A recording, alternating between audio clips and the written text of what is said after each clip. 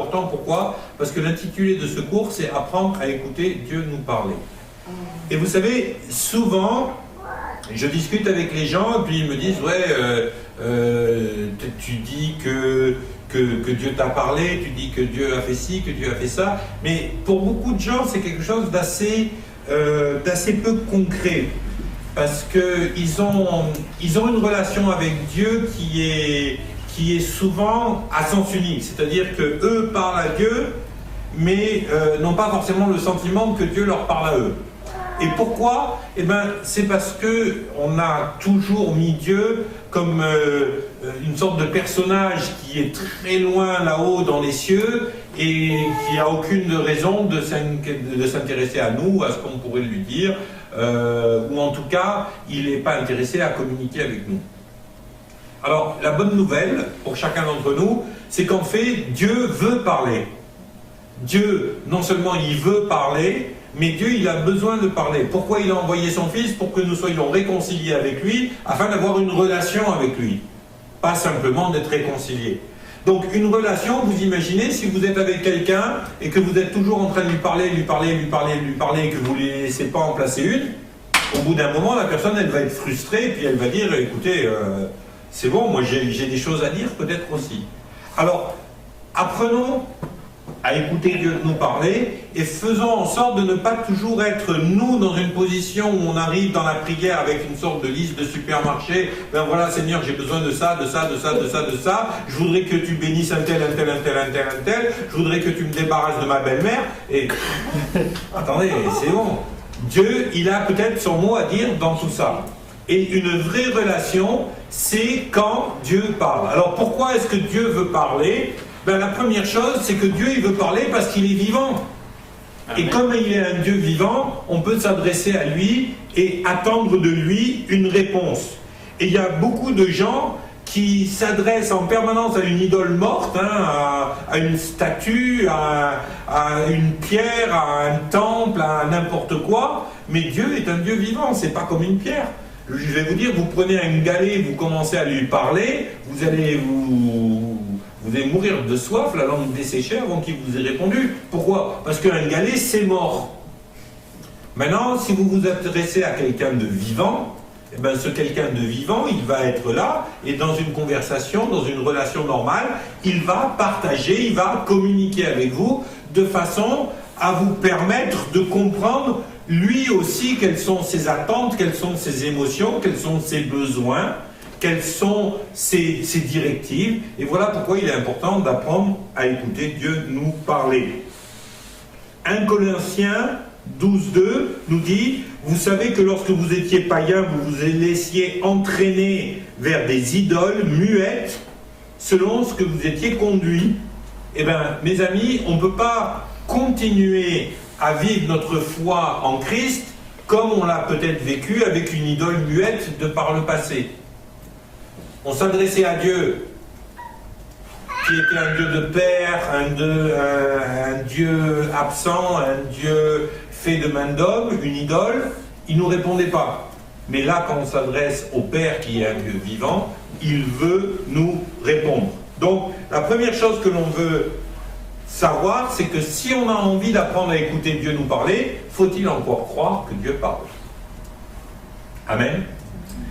Moi, il y a des tas de gens qui aimeraient bien faire la volonté de Dieu, mais qui viennent vers moi et puis qui me disent souvent, mais Michael, pour faire la volonté de Dieu, encore faudrait-il que je sache quelle est sa volonté.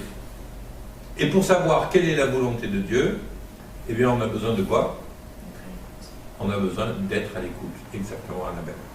On a besoin d'être à l'écoute. Donc, la première chose, il nous revient à nous d'apprendre déjà à entendre. Et on va voir dans ce cours qu'il y a une différence entre entendre et écouter. Vous êtes d'accord, on entend tous les voitures qui passent dans la rue. Malgré le double vitrage, malgré tout ça, on les entend. Mais qu'est-ce que vous faites en ce moment? Vous vous concentrez pour écouter ce que moi je dis, et en écoutant ce que moi je dis, vous finissez par ne plus entendre les voitures dehors. Donc vous voyez, il y a une différence entre ce que l'on entend et ce que l'on écoute. quand on écoute, on amène une attention particulière. Quand on ne fait qu'entendre, on n'entend qu'un bruit. Par contre, si l'on n'entend pas, ça veut dire si on est sourd, ben on ne pourra pas écouter. Donc, il nous revient déjà d'apprendre à entendre. Et ensuite, apprendre à écouter. Et là, il y a un verset qui est très très intéressant dans l'évangile de Jean, chapitre 10, verset 27. C'est Jésus qui déclare « Mes brebis entendent ma voix ». Quand le bébé pleure au milieu de la nuit, Annabelle, elle n'est pas là toute la nuit à tendre l'oreille et à écouter pour savoir si le bébé va pleurer, autrement elle ne dormirait pas. Par contre, quand on est une maman, on a une sorte de sixième sens qui fait que même si on est endormi et que le bébé pleure, on l'entend. Pourquoi? Parce qu'on reconnaît parmi l'ensemble des sons qui sont tout autour de nous que ce son-là, il est particulier. Le son de la voix du bébé, il a quelque chose de particulier. On a appris à reconnaître sa voix. De la même façon, il nous faut apprendre à reconnaître la voix de Jésus lorsqu'il nous appelle. Mes brebis entendent ma voix. Eh bien, les brebis du Seigneur, vous, moi, on a besoin d'apprendre à reconnaître la voix du Seigneur au milieu du brouhaha de la vie. Et si on veut apprendre à écouter, il va d'abord nous falloir apprendre à entendre. Ensuite, la deuxième étape, c'est écouter. C'est-à-dire, j'ai entendu la voix de Dieu, je vais y prêter attention, et le fait d'y prêter attention transforme ce que j'ai entendu en une écoute. L'écoute, c'est quelque chose d'actif. C'est quoi le premier de tous les commandements? Vous connaissez l'histoire des 10 commandements? Ok, le premier de tous les commandements, c'est lequel? Non. Non.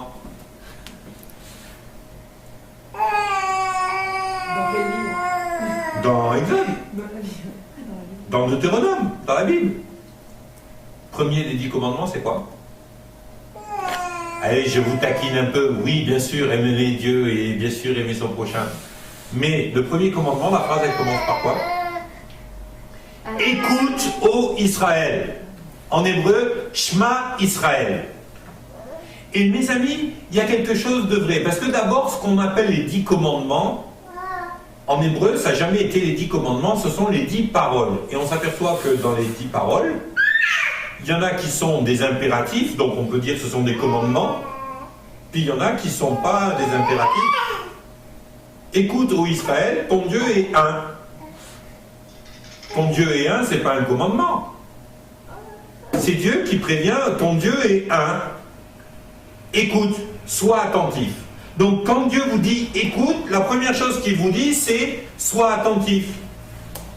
Quand vous parlez à vos enfants, vous êtes là et puis vous leur parlez et puis vous voyez qu'ils continuent à regarder la télévision et puis il n'est pas attentif à ce que vous êtes en train de dire.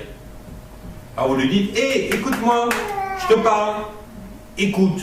Écoute, c'est rentrer dans une attention, c'est-à-dire je vais focaliser, je vais me concentrer sur ce que Dieu a dit. Donc première chose, j'ai entendu sa voix. Deuxième chose, j'écoute, c'est-à-dire je mets un processus volontaire d'être attentif à ce que Dieu dit. Moi je connais des tas de gens qui sont très capables d'entendre et de reconnaître la voix de Dieu, mais qui ne sont pas forcément attentifs à ce qu'il dit. Eh bien, parce que parfois ce qu'il dit ne correspond pas à ce qu'on a envie d'entendre. Et vous verrez, si ça vous est jamais arrivé, que ça risque de vous arriver régulièrement. Maintenant, je suis sûr que ça vous est arrivé à tous, à un moment ou à un autre. Ok? Mais on a besoin d'apprendre. Alors, on a besoin d'apprendre à l'entendre, c'est-à-dire à discerner au milieu du brouhaha qu'il est en train de parler. On a besoin d'apprendre à écouter en mettant notre attention en avant. Et une fois qu'on a appris à l'écouter, on a besoin de le reconnaître. Je sais que c'est lui qui parle. Mes brebis entendent ma voix et me reconnaissent. Mes brebis entendent ma voix et me reconnaissent. Et ce qu'on va faire ce soir, c'est réfléchir aux différentes formes que peut prendre le fait d'écouter Dieu nous parler. Et comment on fait pour savoir, au milieu de tout ça, quand est-ce que Dieu parle et comment je fais pour être attentif à ce que Dieu va me dire. Alors, pour ça, on va définir plusieurs formes dans lesquelles Dieu nous parle. Alors, ces formes, elles sont comment? On va classer ça en deux grandes familles de formes. Il y a les formes intérieures, c'est-à-dire des formes qui sont dans notre intimité à nous, et puis il y a les formes extérieures. Sachez que les formes extérieures, elles sont là pour vous confirmer des choses que vous avez déjà reçues dans votre cœur. Alors, important, ne laissez jamais les formes extérieures devenir le cœur de votre relation avec Dieu. On va voir quelles sont toutes les formes extérieures tout à l'heure, mais ne les laissez pas faire. Parce que le meilleur endroit où vous allez pouvoir entendre la voix de Dieu, c'est dans votre cœur. Où est-ce que Dieu est allé habiter? Dans votre cœur. Qu'est-ce que vous êtes? Vous êtes le temple du Saint-Esprit. Donc, mes amis, la première personne à qui Dieu veut s'adresser pour vous donner un message à vous, c'est vous. Et ensuite, il va utiliser des formes extérieures pour venir confirmer ce message. Mais en aucun cas, ne mettez en marche quelque chose uniquement sur des formes extérieures, parce que ce ne serait pas juste. Dans l'Ancien Testament, on allait voir le prophète pour qu'il nous dise. Parce que nous, on ne pouvait pas entendre. Parce qu'on n'avait pas le Saint-Esprit en nous. Seuls les rois, les prophètes et les prêtres avaient le Saint-Esprit en eux.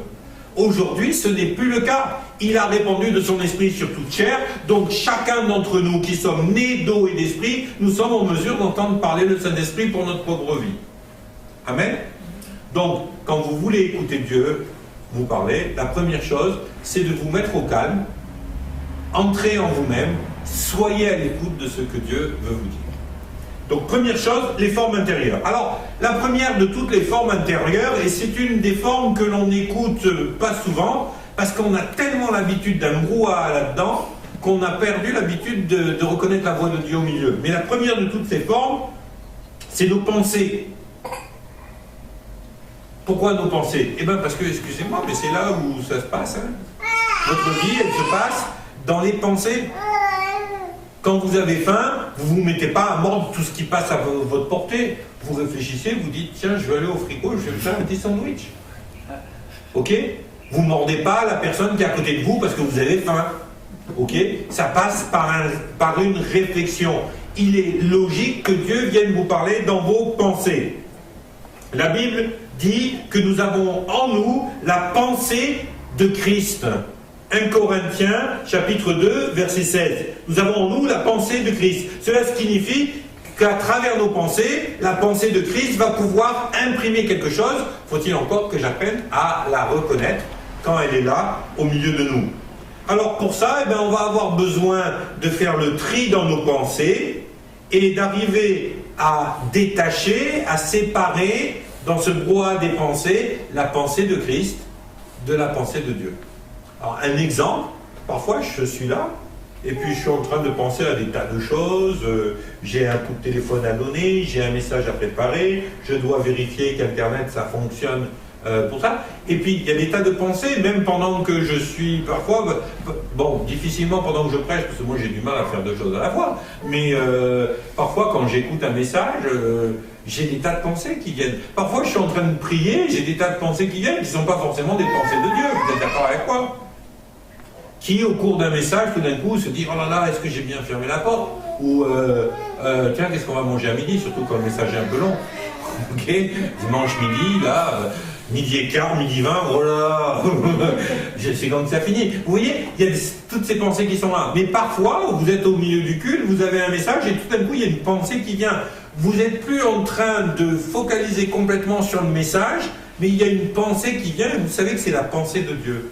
Dieu est en train de parler à ce moment-là. Vous le sentez, Dieu est en train de parler à travers votre pensée. Voilà. Donc, les pensées, c'est la première forme de nos formes intérieures. ça va être nos pensées, parce que c'est là que se passe la plupart de notre vie, qu'on le veuille ou non. Hein. Ok?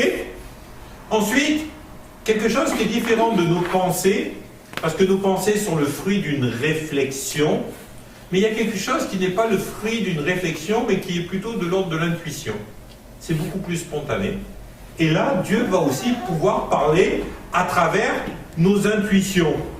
Et là, il y a quelque chose qui est vraiment intéressant, c'est la raison pour laquelle Luc a écrit son évangile.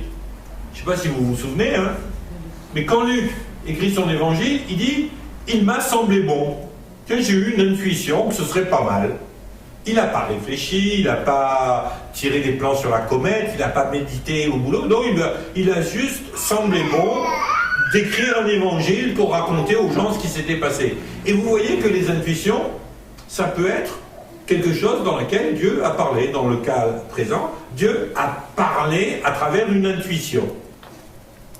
Moi, je me souviens un jour, j'ai eu l'intuition qu'il fallait que j'aille visiter des gens. Je me suis mis en marche, je n'étais pas baptisé dans le Saint-Esprit, j'ai eu une intuition qu'il fallait que j'aille visiter des gens. Je vous avais peut-être raconté l'histoire. Je me suis levé et j'y suis allé. Et comme j'ai marché sur l'intuition et que l'intuition venait de Dieu, au moment où j'ai fait du stop, j'ai entendu, et là c'était différent, j'ai entendu quelque chose qui était extérieur à moi, la voix de Dieu me disait « Ne fais pas de stop, marche et prie ». Ouais, il m'a fallu un bout de temps pour réaliser que Dieu me parlait, parce que c'était la première fois que j'entendais quelque chose d'audible comme ça m'a foutu un peu les pétoches. Mais j'ai fini par marcher et prier.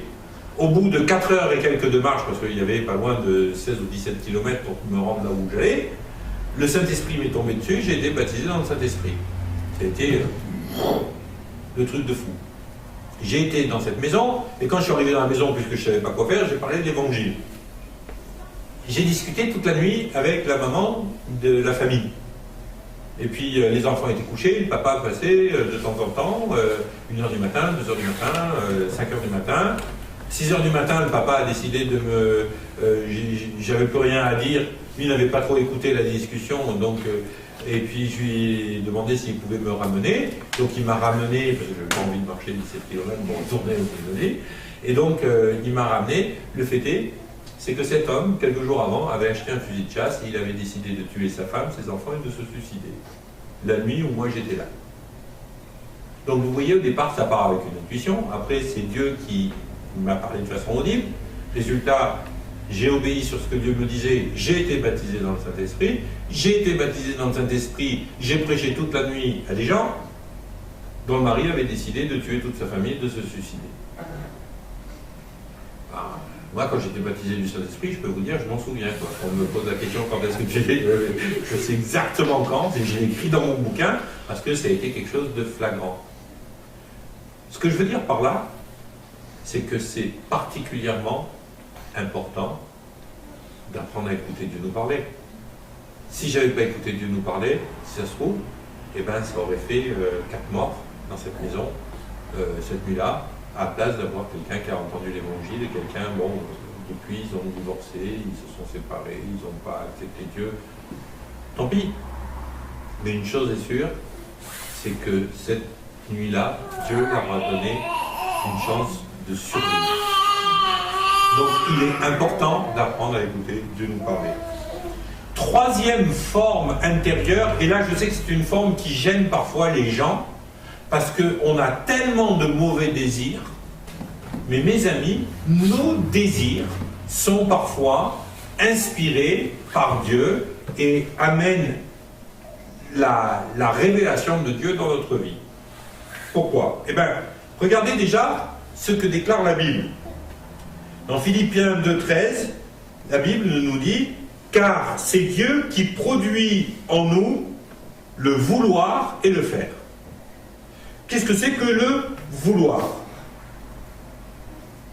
Le désir. Je veux quelque chose, je désire quelque chose, c'est bien le même mot. Ça veut bien dire la même chose. Il y a des désirs dans nos vies. On peut parler... Ah oui, là il faut couper, hein, parce que... Ouais, voilà, on coupe les téléphones pendant le cours. Alors, il y a des désirs, mes amis, qui sont des désirs Tu peux couper la vidéo, s'il te plaît? Il y a des désirs qui sont dans nos cœurs, et ces désirs-là, ils ont été placés par Dieu. Et je crois que parfois, ce qu'on a besoin d'apprendre, c'est d'être un petit peu plus à l'écoute de nos désirs. Un autre verset qui est vraiment assez intéressant, c'est « Fais de l'Éternel tes délices, et il te donnera ce que ton cœur désire. » Si Dieu est prêt à nous donner ce que notre cœur désire, ça prouve bien qu'il peut y avoir de bonnes choses dans nos désirs. Amen. Ok? Écoutez ce que dit Paul à Timothée, dans 1 Timothée 3:1. Si quelqu'un aspire, ou si quelqu'un désire ardemment la charge d'évêque, il désire une œuvre excellente. Autrement dit, Dieu dit quelque chose de vachement intéressant. Il dit que si tu as le désir de servir Dieu, là il parle du ministère d'évêque, épiscopos, qui veut dire le surveillant, celui qui est un peu le dirigeant d'une église locale. Si tu as le désir de servir Dieu, tu désires une charge excellente. Autrement dit, c'est une bonne chose que tu aies ce désir. Et ce désir, il est donné par Dieu. Alors, parfois les gens ils me disent ouais, mais pourquoi est-ce que ça passerait par des désirs? Et on a tellement pris l'habitude de considérer nos désirs comme des péchés, dès que quelque chose nous fait plaisir, c'est pas bien. Ça, c'est vraiment les vieux relents de religion, là, vous savez, de derrière les fagots, quoi. Mais moi, je suis désolé.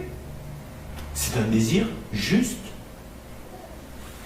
Le désir d'un homme pour son épouse ou d'une épouse pour son mari est un désir juste. C'est bien Dieu qui l'a fait. Et bien, je vais même vous dire plus, Dieu peut vous parler à travers ça. Dieu peut vous parler à travers ça. Donc, apprenons à reconnaître que dans nos désirs, il y en a qui peuvent être inspirés de Dieu. Amen. Amen. Jean nous dit encore quelque chose. Si nous demandons quelque chose selon sa volonté, nous pouvons avoir l'assurance que Dieu nous écoute pour l'exaucer. Autrement dit, si nous avons un désir qui correspond à la volonté de Dieu, alors Dieu est juste pour nous exaucer dans notre désir de faire sa volonté. Il y a des tas de choses comme ça où on a perdu de vue que Dieu c'est avant tout un papa et qu'un papa il a envie de répondre aux désirs de ses enfants quand les désirs de ses enfants sont légitimes. Alors apprenons à écouter aussi les désirs que nous avons dans le cœur parce que c'est Dieu qui les a placés là. Amen. Fais de l'Éternel tes délices, il te donnera ce que ton cœur désire. C'était le psaume 37, on l'a déjà donné. Ça, on est encore dans les formes intérieures. Hein. Ensuite, une autre forme intérieure qui est très intéressante, c'est la paix. Vous n'avez jamais ressenti, vous prenez une décision. Vous prenez une décision, vous étiez dans le trouble, et au moment où vous avez pris votre décision, tout d'un coup, il y a une paix qui descend, même si la décision que vous avez prise, elle paraît difficile, elle paraît contraignante, mais tout d'un coup, vous avez une paix qui vient. Cette paix, c'est comme une assurance qui parle et qui vous dit, oui, là, tu es dans le bon plan, là, tu es dans le plan de Dieu, là, tu es dans le chemin qui va te conduire dans le plan de Dieu. Et bien, la paix, de la même façon, elle est un moyen que Dieu va prendre, utiliser, pour parler à nos cœurs.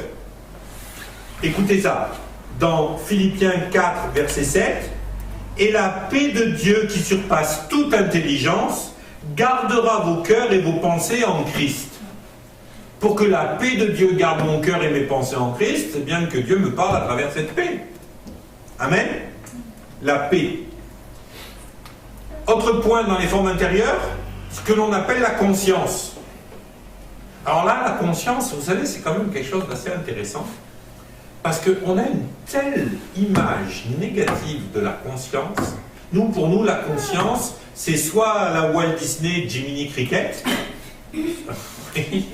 bon, elle a avalé le cricket, elle a avalé la conscience, c'est soit Jiminy Cricket, c'est soit le truc qui vient nous accuser en permanence. Et vous savez, À force de voir des dessins animés avec le petit démon et le petit ange qui sont là, qui se bataillent en nous, on a l'impression que la conscience, oh là là, c'est terrible. Le petit démon, il dit, allez, amuse-toi, et la conscience se dit, oh non, j'ai pas besoin de ça. Écoutez, franchement, ça n'a rien à voir avec la conscience biblique. Qu'est-ce que c'est que la conscience? Eh bien, Romains, chapitre 2, verset 15, leur conscience en rendant témoignage.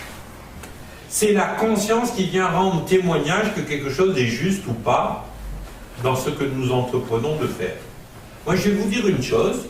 Dieu, il ne nous a pas laissé désarmer vis-à-vis du péché ou vis-à-vis du fait de se planter. On a tous cette conscience qui vient et qui rend témoignage à notre cœur. Ce qu'on fait, c'est bien ou c'est pas bien. Et moi, il y a des fois où je suis en train de dire quelque chose et tout d'un coup, il y a ma conscience qui vient et puis qui m'accuse et qui me dit « Oh, de quel droit tu dis ça ?» Oups. Mes amis, quand ma conscience fait ça, il vaut mieux que je me taise. Ok, c'est bien Dieu qui m'a parlé.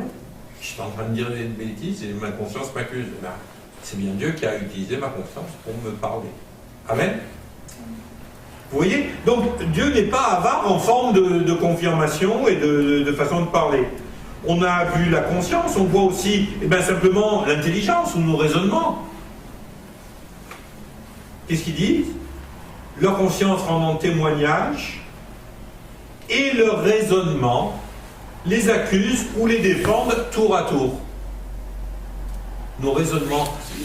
Vous savez, c'est important que les chrétiens réapprennent à réfléchir. Amen.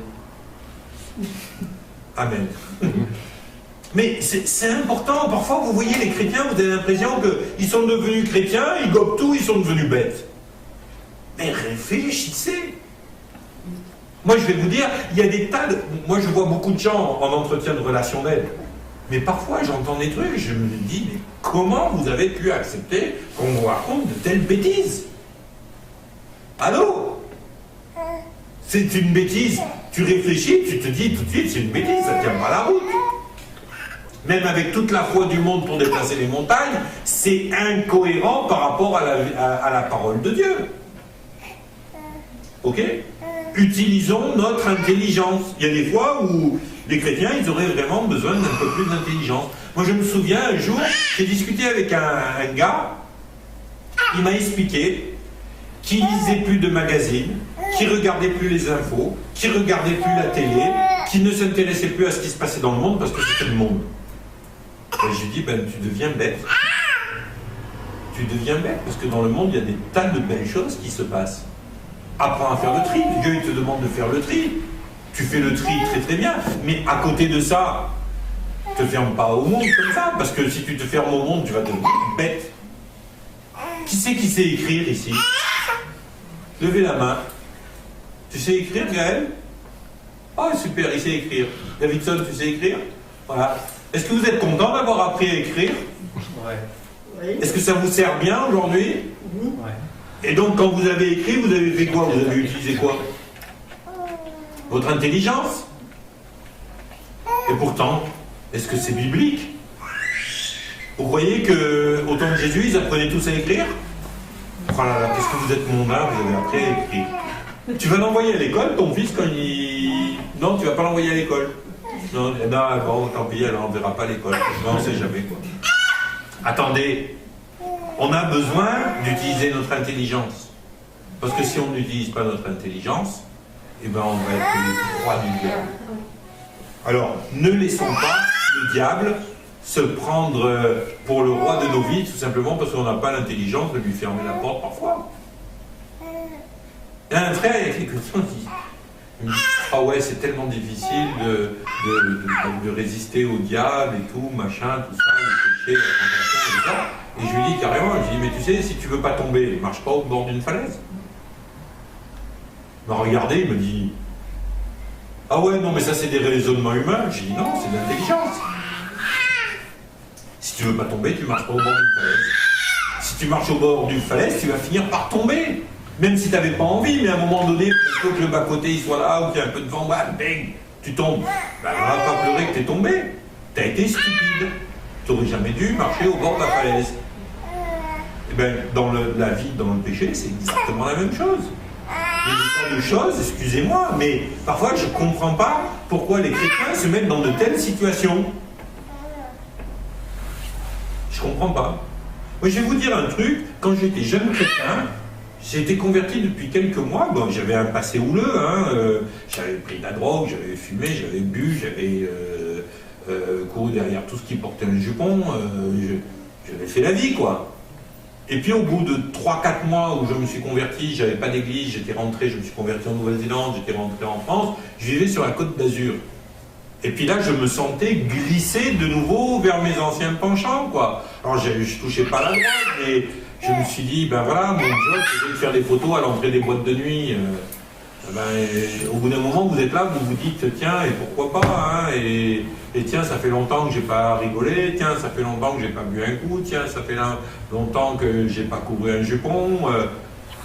Qu'est-ce que j'ai fait, à votre avis? À un moment donné, il y a mon intelligence qui s'est mise à fonctionner. Si tu restes dans l'ambiance de la Côte d'Azur, avec la plage, avec les bars, à faire des photos dans les bars et dans les boîtes de nuit, qu'est-ce qui va se passer?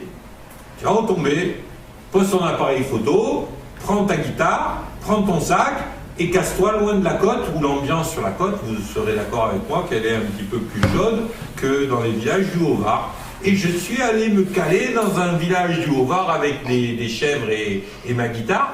Pourquoi? Parce que je me suis dit avec mon intelligence, si je reste là, je vais tomber. Est-ce que j'ai bien fait? Oui. Est-ce que Dieu m'a parlé? Oui. Même si je n'ai pas compris que c'était Dieu qui me parlait. Mais quand je me suis retrouvé dans le village du Haut-Var à garder des chèvres au milieu des restantes, là-bas, la seule chose que j'avais à faire, j'avais pas d'électricité, j'avais pas la télé, j'avais rien, et ben je faisais quoi? Je lisais la Bible et puis je jouais j'ai ouvert les psaumes, j'ai commencé à les mettre en musique parce que j'avais envie de louer Dieu et que je savais pas qu'on avait des chrétiens en France comme ceux avec qui je m'étais converti. Donc vous voyez, votre intelligence, elle va vous parler. Donc apprenons à être à l'écoute de toutes ces formes-là. Mais par contre, il faut savoir une chose. Quel est le dénominateur commun de toutes ces choses qu'on vient de citer? Au-delà de ça. Oui, c'est le Saint-Esprit qui les inspire quand elles sont de Dieu. Mais toutes ces choses, elles peuvent être à double tranchant. Dieu, il peut parler dans vos pensées, le diable aussi. Dieu, il peut parler dans vos intuitions, le diable aussi.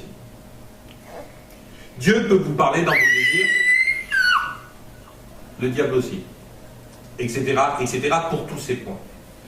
Donc, mes amis, on va voir à la fin de ce cours ce soir, on va voir qu'au-delà de simplement laisser Dieu nous parler à travers toutes ces choses-là, toutes ces choses doivent faire comme un faisceau de présomption, comme on dit, elles doivent venir ensemble, et Dieu n'est jamais avare de confirmation. La Bible nous dit, quand vous prenez un jugement, faites-le toujours sur la preuve de 2 ou 3 témoins. Et bien de la même façon qu'au jugement, il va y avoir 2 ou 3 témoins, dans ces choses-là, des formes intérieures et extérieures, attendez-vous à ce qu'il y ait plusieurs témoins qui se recoupent. Vous avez un désir, et puis quand vous commencez à y réfléchir, vous voyez le dessein de Dieu qui commence à se présenter. Et puis là, vous prenez une décision dans ce sens-là et la paix descend. Vous avez vu, il y a 2 ou 3 témoins. Ce n'est pas juste un désir. Parce que si vous suivez juste un désir sans confirmation, vous risquez de vous faire piéger par le diable. Utilisez cette sagesse que Dieu nous a dit. C'est dans un grand nombre de conseillers qu'est la sagesse. Et quand vous prenez un jugement sur quelque chose que vous devez faire ou pas, eh ben faites-le sur le témoignage de 2 ou 3 témoins. Amen.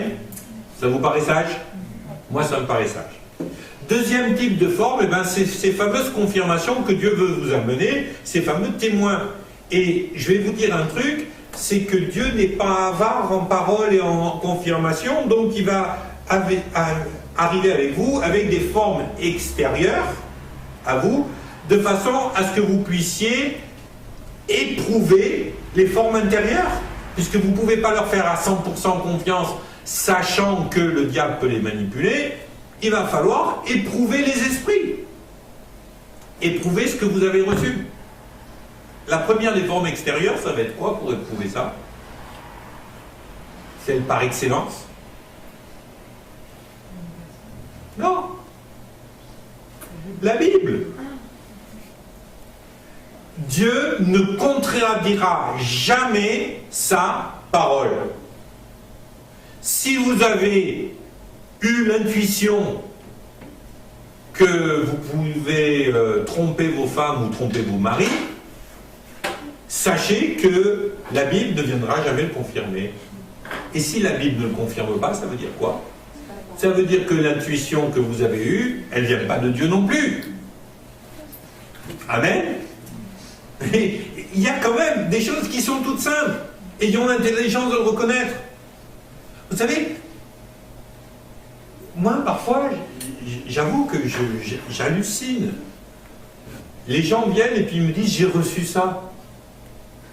Et j'enlève les lunettes, je ferme les yeux, et je dis non, je rêve, attends, je vais me réveiller. T'as reçu quoi? Et ouvre la Bible. Quelqu'un m'a dit un jour, c'était assez rigolo, il m'a dit oh, moi j'ai pas reçu de donner ma dîme. Ah, ouvre la Bible. Ouvre la Bible. Tu as besoin de recevoir.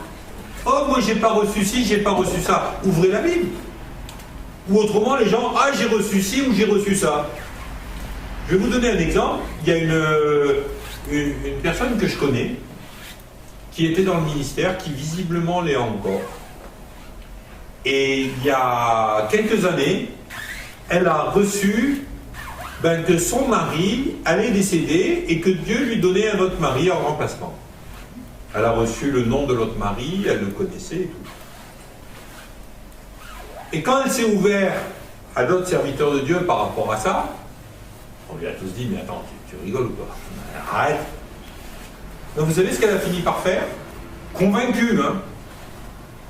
Puisqu'il mettait trop de temps à mourir, elle a divorcé, puis elle a épousé celui que Dieu lui avait montré, soi-disant. Est-ce que vous croyez que Dieu a pu lui montrer quelque chose pareil? Non! C'est de l'adultère, c'est à l'opposé de ce que dit la Bible. Mais mes amis, quoi que vous receviez, ne le mettez jamais en application tant que vous n'avez pas vérifié dans la parole de Dieu que c'est cohérent avec ce que dit la parole de Dieu. Parce qu'autrement, vous êtes à l'ouest. C'est la Bible qui a autorité. Dieu, il ne contredira jamais sa parole.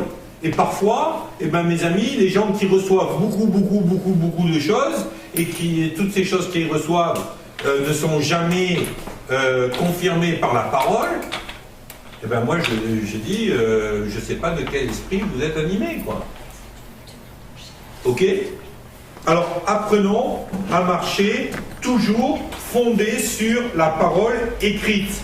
Et si on veut pouvoir passer au filtre de la parole les révélations qu'on a dans notre cœur, il va falloir qu'on apprenne à lire et à méditer et à étudier la parole de Dieu. Et le but de ce cours de disciples, il est avant tout là. Le but du cours de disciples, c'est de se dire qu'on est en train de chercher ce que dit la parole de Dieu, parce qu'on a besoin d'avoir ce garant, ce garde-fou au niveau de la révélation, pour être sûr que ce que je reçois est bel et bien de Dieu. C'est pour ça que vous faites ce cours. Et c'est pour ça que moi je vous invite à étudier comme je vous l'ai demandé, à faire les devoirs qu'on vous demande, à étudier, à chercher, à relire les cours, de façon à ce que vous soyez imprégnés de la parole de Dieu et que vous ne fassiez pas n'importe quoi sous prétexte de révélation. Amen. Si quelque chose que vous avez reçu ne concorde pas avec la parole de Dieu, mettez-le de côté. Deuxième forme extérieure, les circonstances. Et là, les circonstances, c'est quand même quelque chose d'assez intéressant. On avait vu il n'y a pas très longtemps dans une prédication justement sur écouter Dieu nous parler, le fait que Paul, à un moment donné, il est là, puis il connaît la parole, il en a écrit les 2/3. Donc Paul, il sait qu'il est juste et bon qu'il évangélise. Et qu'il aille apporter l'évangile à qui? Aux païens. Il est l'apôtre des païens, il est l'apôtre des gentils. En plus, dans l'église, ça a été prophétisé. Les gens qui ont prié et jeûné, ils ont reçu mettez-moi Paul et Barnabas de côté pour l'œuvre à laquelle je les ai destinés.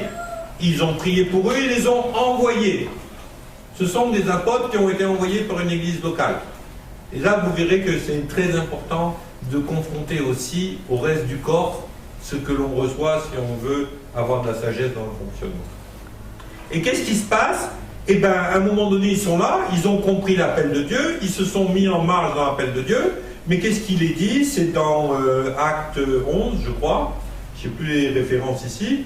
Eh bien, il est dit que, alors qu'ils étaient en route pour aller en Béthanie pour prier, l'Esprit de Jésus les empêcha d'y aller. Et puis un peu plus loin, le Saint-Esprit les a empêchés de venir. Et puis tout d'un coup, ils ont eu un rêve, un songe, ils ont vu un Macédonien, et là, ils ont compris qu'il fallait aller en Macédonie. Donc là, on a tout un truc de révélation, mais parfois, le Saint-Esprit, quand on n'est pas suffisamment à l'écoute, il va fermer les portes, ou il va en ouvrir d'autres. Alors, mes amis, n'essayez pas de défoncer les portes que Dieu a fermées, mais quand Dieu ouvre les portes, eh ben, c'est quand même un bon signe qu'il y a quelque chose qui se passe.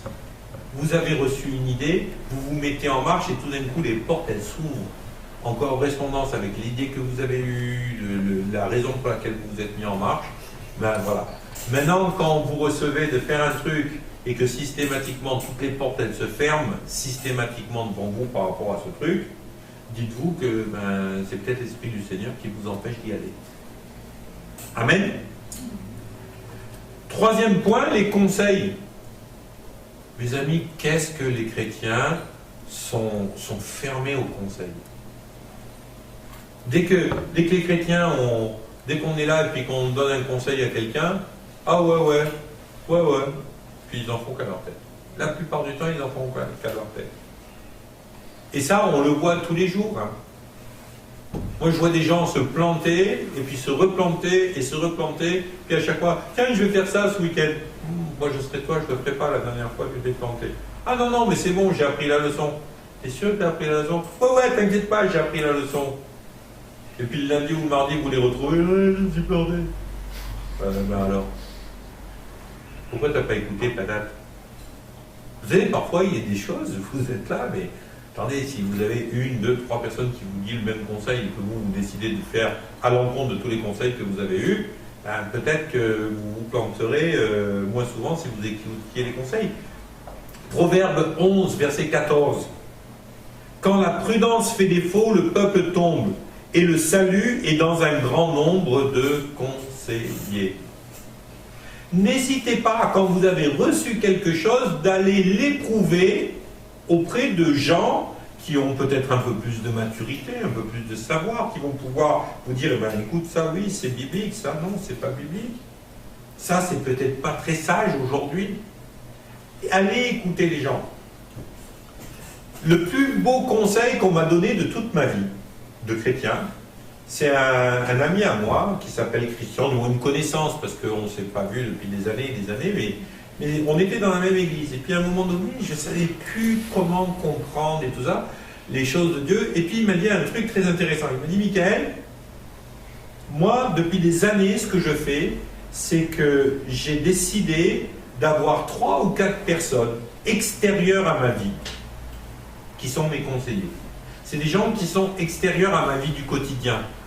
C'est pas mon pasteur, c'est pas les gens qui sont juste là, les gens qui sont extérieurs à ma vie. Alors mon pasteur fait partie de ces gens parce que c'est l'autorité de l'église locale dans laquelle je suis. Mais au-delà de ça, je choisis toujours 3 ou 4 conseillers extérieurs. Et quand je dois prendre une décision importante, alors attendez, je ne vais pas appeler Lily Lacoste quand j'ai besoin d'acheter une baguette de pain. Hein. Alors je prends une baguette ou une banette. Hein. J'en prends 2 ou j'en prends 3? Allô, Lily, ça finirait par que tu chantes au téléphone. Hein. Il habite aux États-Unis. Mais je ne fais rien d'important et de clé dans mon ministère sans les informer. Lily Lacoste, un autre ami à moi qui s'appelle Pietro, qui est en Suisse. Et puis, j'ai 2-3 personnes comme ça, d'autres personnes à qui je téléphone, à qui j'expose mon projet. Non pas à eux en tant qu'hommes, mais au Saint-Esprit qui réside en eux et à l'onction qui réside sur eux. Ça ne veut pas dire que la décision finale, elle ne m'appartient pas, mais ça veut dire que je cherche toujours à avoir des conseillers qui vont pouvoir parler dans ma vie de la part du Seigneur. Alors, attention, un jour j'ai rencontré un gars, tous les conseillers qu'il avait choisis, c'était des gens qui, c'est pas qu'ils étaient inférieurs, tout ça, mais qui étaient moins matures que lui dans la foi. Excusez-moi, mais voilà, si demain, moi j'ai besoin d'une information en ordinateur, a priori, sur le monde des ordinateurs, ben, j'en connais déjà pas mal sur le monde des ordinateurs, si j'ai besoin d'une information, je ne vais pas aller demander à quelqu'un qui ne connaît pas les ordinateurs. J'irai demander à quelqu'un qui en connaît plus que moi sur les ordinateurs pour me conseiller. Pas quelqu'un qui en connaît moins que moi. Surtout moi, je n'ai pas besoin de son conseil. Là, je ne cherche pas un conseil, je cherche une approbation. Et mes amis, faites attention de ne pas chercher l'approbation, mais de toujours chercher vraiment le conseil. Un des pièges dans lesquels les gens y tombent, c'est d'aller à la recherche de l'approbation plutôt qu'à la recherche d'un vrai conseil. Et quand vous donnez un conseil à des gens qui cherchent l'approbation, si vous n'allez pas dans leur sens, ça crache. Ça passe pas. Ok ? Quatrième forme des formes extérieures, et on l'a vu en détail il y a 2 cours en arrière, ce sont les fameux dons spirituels. Et mes amis, les dons spirituels, je vais juste revenir là-dessus parce que c'est important. Ne marchez pas sur une prophétie. Ne partez pas du principe que quelqu'un est venu, il vous prophétise quelque chose, donc c'est un prophète de Dieu, ou c'est un ministère, ou c'est un pasteur, il a prophétisé, vous devez obéir à ce qu'il a dit. Parce que ça, c'est pas biblique. Ça, c'est un mode prophétique de l'Ancien Testament qui n'est plus applicable aujourd'hui où l'Esprit Saint est en vous. Ne vous mettez pas en marche sur une prophétie parce que si vous êtes apte à vous mettre en marche sur la première prophétie, vous allez être manipulé avec le premier « Dieu m'a dit ». Si quelqu'un vient vous voir et vous dit « Dieu m'a dit ça » et que Dieu ne vous l'a pas dit, vous dites « Ok, je note, je prends note ». Mais vous ne vous mettez pas en marche là-dessus. Et là, vous cherchez, est-ce que Dieu m'a déjà parlé par rapport à ça? Si oui, est-ce que ce qu'il m'a dit est cohérent avec ce que cette prophétie donne? Parce que parfois, vous savez, quelqu'un vient et vous donne une prophétie, et vous avez oublié que Dieu avait parlé par rapport à ça. Ou peut-être que vous n'aviez pas entendu Dieu vous parler par rapport à ça. Mais au moment où la parole vous est donnée, tout d'un coup, vous vous souvenez qu'en effet, il y a eu un truc comme ça. Et vous recherchez, et puis vous cherchez la face de Dieu, ça va vous donner. Mais vous analysez systématiquement toute parole prophétique qui vous est donnée. La Bible, elle dit, vous retenez ce qui est bon, vous laissez ce qui n'est pas bon. Ça ne veut pas dire que la personne qui vous donne la parole, elle veut forcément vous manipuler, ou créer un problème, ou... Non, ça veut simplement dire qu'elle est en droit de se tromper. Elle est en droit... Paul lui-même dit, nous prophétisons imparfaitement. Nous connaissons imparfaitement. Nous enseignons imparfaitement. Attendez, si Paul il se permet de dire un truc comme ça, pourquoi on irait reprocher à Michael, quand il donne une parole, qui est 70% de la parole qui soit bonne et 30% qui soit mauvaise?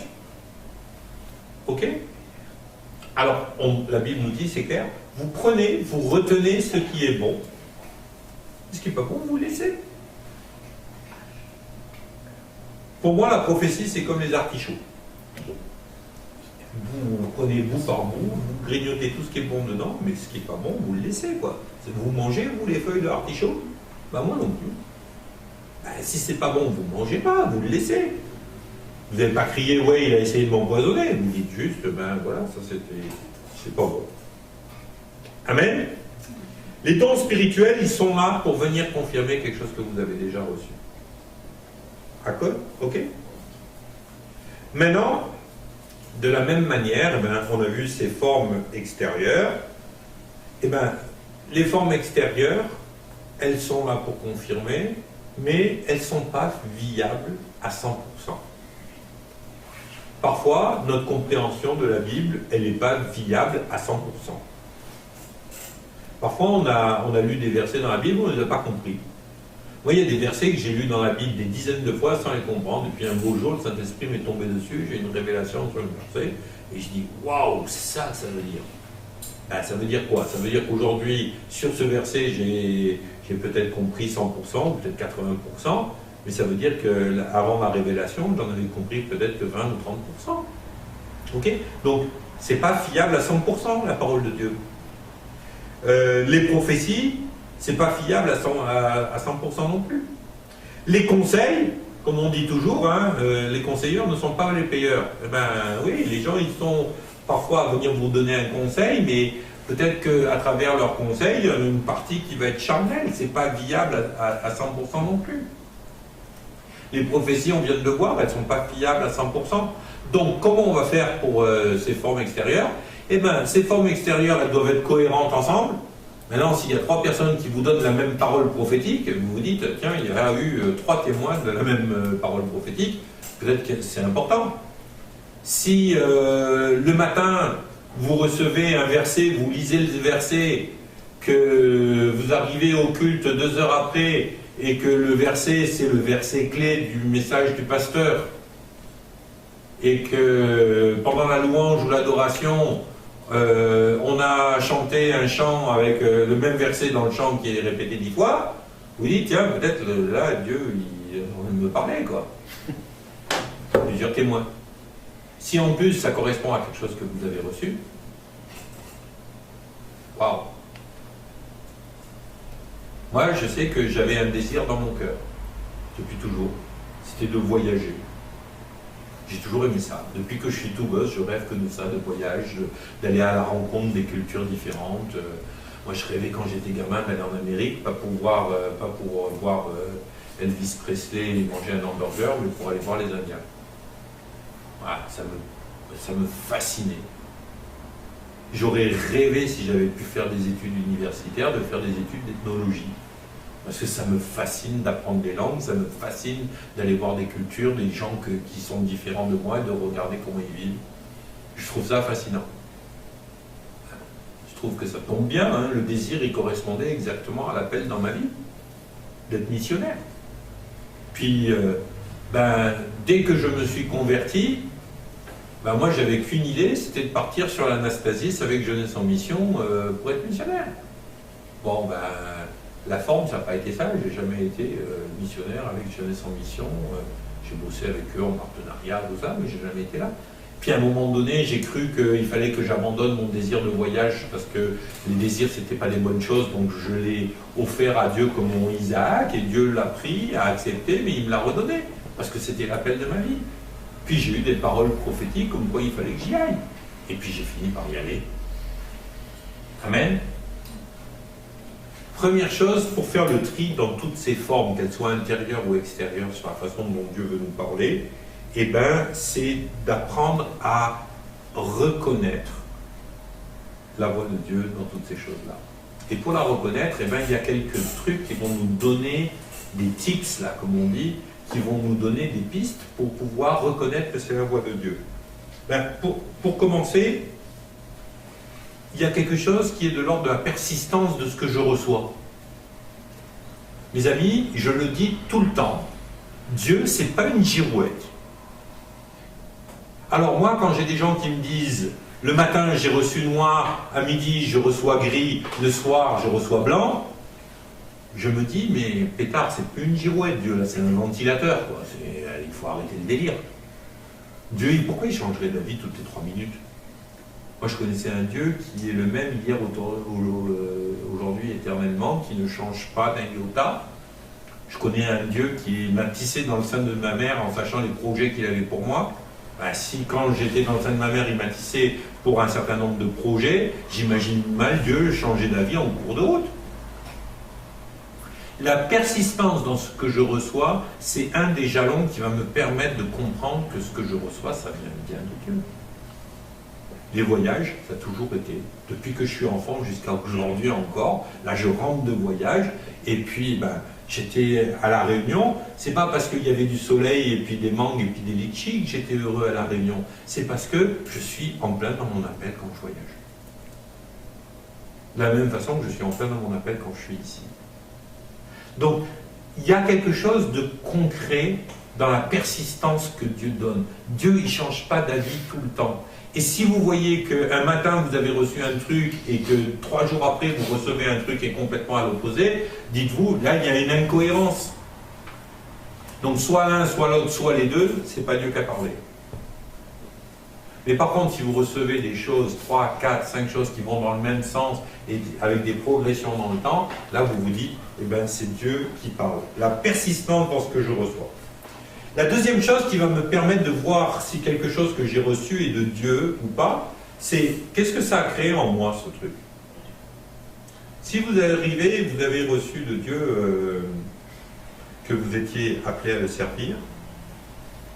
Qu'est-ce qu'il me fait avec le panneau? Si vous avez reçu de Dieu que vous êtes appelé à le servir, commencez à recevoir cet appel. Et puis que derrière il y a une prophétie, il y a un gars qui vient et puis qui vous dit ouais, tu es appelé à servir Dieu, et que tout d'un coup ça vous entraîne dans l'orgueil et dans l'arrogance. Parce que vous avez l'impression que vous portez le fruit de l'esprit. Donc si c'est le Saint-Esprit qui vous a parlé et que vous ne portez pas le fruit de l'esprit, c'est qu'il y a un bug quelque part. Amen. Quel est le fruit, quelle attitude est engendrée par ce que vous avez reçu? Ben, écoutez, si vous recevez des choses et puis que ça vous amène dans la dépression, dans la colère, dans la rébellion, dans n'importe quoi qui n'est pas du fruit de l'esprit, dites-vous que c'est peut-être pas Dieu qui a parlé. Moi, je me souviens d'un gars qui était assez jeune converti, même s'il était âgé en âge. C'est un gars qui avait une 50aine d'années à l'époque. Et un jour, il y a un prophète qui arrive dans l'église à Chambéry, et puis le prophète, il est là, et puis il se tourne vers lui à un moment donné. Ouais, je vois que Dieu t'appelle à être pasteur. Ça, c'était le dimanche matin. Le mardi, il a appelé le pasteur de l'église pour lui demander un entretien. Et donc le pasteur de l'église lui a dit, ouais, ben écoute, si tu veux, ce soir, après la réunion, on discute 5 minutes, tu me diras ce qu'il en est. Il dit, on ne pourrait pas parler plus tôt avant la réunion? Il dit, ben oui. Et donc quand il est arrivé avant la réunion, donc 1 heure avant la réunion, il est allé pour avoir un entretien avec le pasteur. Et sa question au pasteur, c'était, bon, quand est-ce que tu me remets l'église, quoi? Le prophète a dit que j'étais appelé à être pasteur, donc quand est-ce que tu te casses, quoi? Le gars était converti depuis 3 ou 4 mois. Hein. Quelle attitude ça engendre? Si la parole de Dieu vient de Dieu, elle va vous engendrer à porter du fruit de l'esprit. Si vous portez autre chose que le fruit de l'esprit, c'est que la parole, elle vient peut-être pas de Dieu. Ok? Autre chose qui va vous permettre de juger ce que vous avez reçu, c'est la logique de Dieu. Si les choses de Dieu ne correspondent pas à la logique de ce monde et de ce siècle présent, hein, il n'en demeure pas que Dieu est quelqu'un de logique. Ok? Si vous avez, je ne sais pas moi, la phobie des insectes, d'une hygiène précaire, de dormir en brousse et tout ça, Dieu il ne va pas vous envoyer missionnaire à Madagascar au fin fond de la brousse. Donc si vous êtes terrorisé à chaque fois que vous voyez une fourmi dans le jardin et que Dieu vous dit je t'envoie missionnaire, dites-vous qu'il vous envoie peut-être missionnaire à New York. Il y a besoin de missionnaires à New York aussi.